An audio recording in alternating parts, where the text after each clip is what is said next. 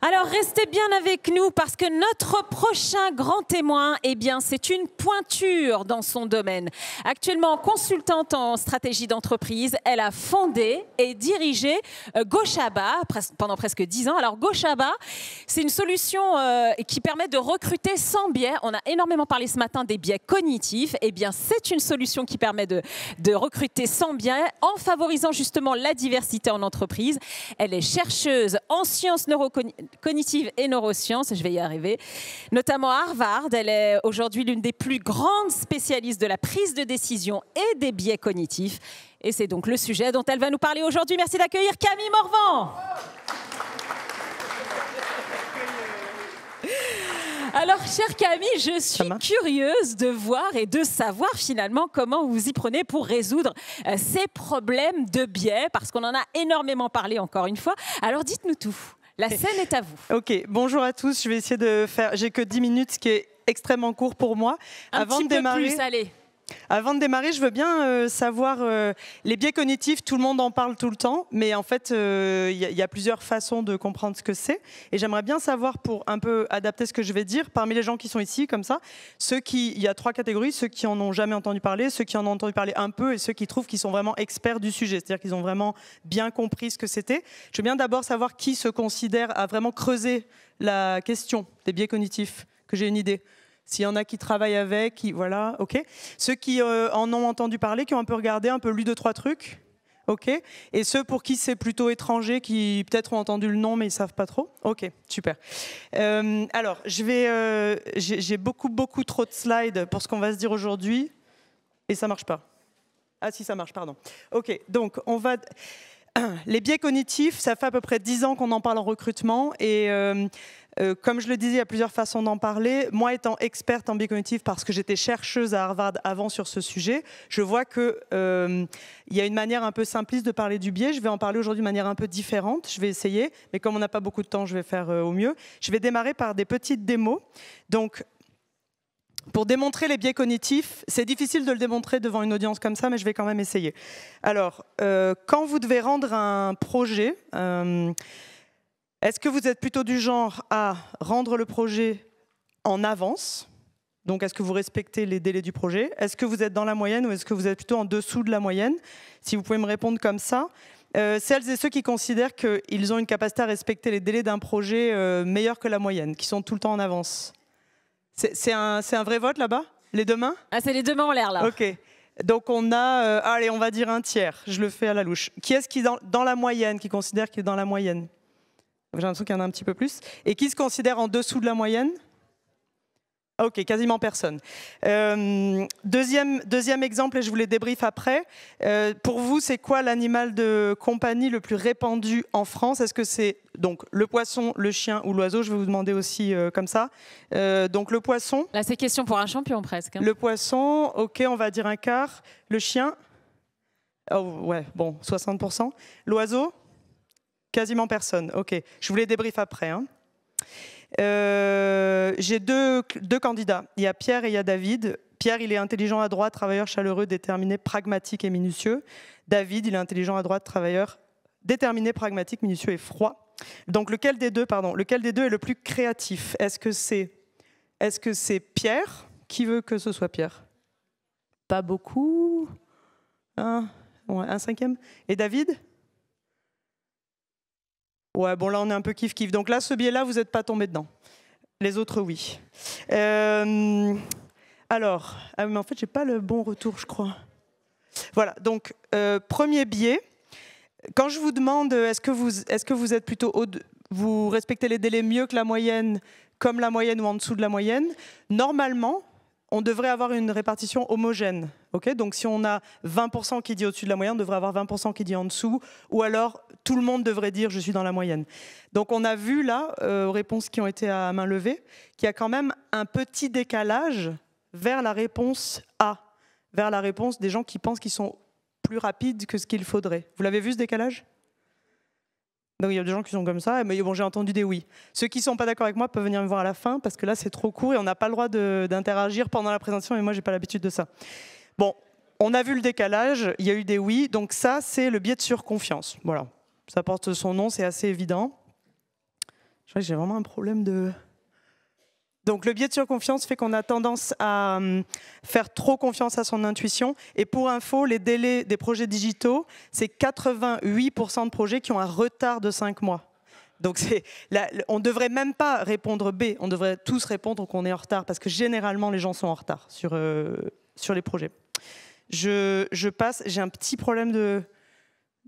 Si vous pouvez m'aider à avancer, voilà.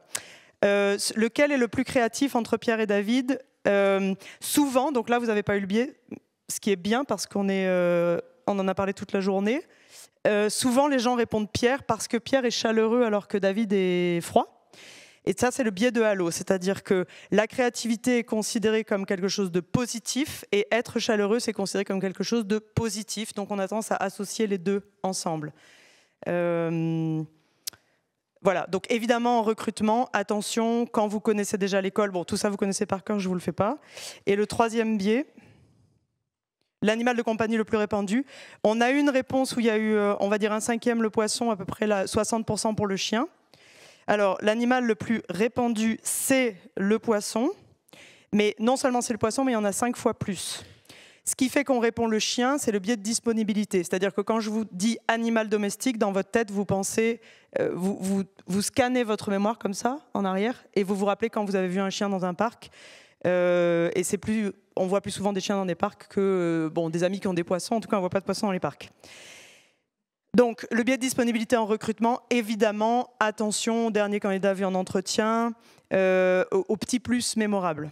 Okay. Je passe vite, je reste après, on pourra discuter davantage. Et vous avez le temps un petit peu quand même. Hein. Oui, on dit ça, mais... Si. Il y aurait 4 minutes. Allez-y, vraiment, affranchissez-vous du Oui, non, mais même en y allant, on a de quoi faire, quoi. Alors, ce que je voulais dire, c'était que des biais cognitifs, il y en a énormément. Donc, un biais cognitif tel que c'est présenté dans tous les trucs que vous allez lire en ligne, on va vous dire qu'un biais cognitif, c'est un écart par rapport à un raisonnement rationnel. Okay, donc en gros, il y aurait une bonne réponse qu'on devrait donner, et puis on serait tous un peu soumis à une espèce de décalage, et c'est ça qu'on appelle un biais. Ça, c'est la manière dont c'est toujours expliqué le biais cognitif, comme une petite erreur de raisonnement. Ce que je vais vous dire là, qui ne se dit jamais, et que je ne vais pas pouvoir développer aujourd'hui, c'est que pour moi, le biais cognitif n'est pas une erreur de raisonnement, c'est la base du raisonnement. C'est-à-dire que de croire qu'on pourrait prendre des décisions rationnelles la plupart du temps et que parfois on se trompe, pour moi, c'est complètement l'inverse, c'est que 100% du temps, il y a des influences émotionnelles dans nos décisions, et si on prend la peine vraiment de réfléchir très dur, alors on peut avoir une décision rationnelle. Donc j'inverse un peu le truc. Une des raisons pour lesquelles je dis ça, c'est parce que si on se dit que de manière générale on raisonne bien mais qu'on a quelques erreurs, alors pourquoi y aurait-il autant de biais en réalité? Parce que les biais, il n'y en a pas juste 2 ou 3, hein, il y en a une infinité. Et l'autre raison pour laquelle j'affirme que les décisions sont plutôt irrationnelles et qu'on peut les rationaliser si on travaille très dur, c'est par rapport à la capacité de traitement de l'information du conscient versus l'inconscient. Donc quand on est rationnel et conscient, on a une capacité de traitement qui est de 50 bits par seconde. Et l'inconscient, lui, traite 11 millions de bits par seconde.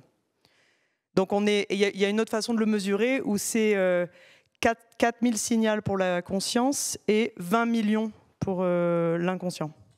Donc le poids de l'inconscient, on a tendance à l'oublier parce que depuis Descartes, l'invention de l'homme moderne, on pense qu'on est rationnel, mais c'est faux. Et encore une fois, ravi d'en parler après pour celles et ceux qui le souhaitent.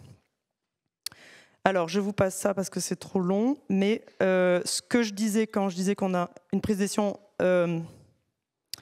rationnelle versus irrationnelle, cette pyramide-là, c'est la pyramide qu'on devrait toujours utiliser quand on fait un choix de candidat, de job, de maison. C'est ce qu'on appelle le système 2, le système conscient de prise de décision, où on voit bien que d'abord on définit le problème, donc qui est-ce que je dois recruter sur ce poste, les critères, est-ce que c'est la compétence, l'expérience, l'école, les soft skills, etc. Le poids respectif de chacun des critères. Donc cette pyramide de décision, que je ne détaille pas là parce qu'on n'a pas forcément le temps, mais vous voyez que c'est vraiment étape par étape. Pour prendre une bonne décision, il faut raisonner.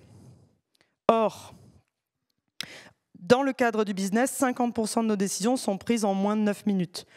Ces chiffres-là, évidemment, ne peuvent pas être absolument précis dans toutes les conditions, hein, mais c'est une estimation. C'est-à-dire que la plupart du temps, dans le business, on prend des décisions très rapides.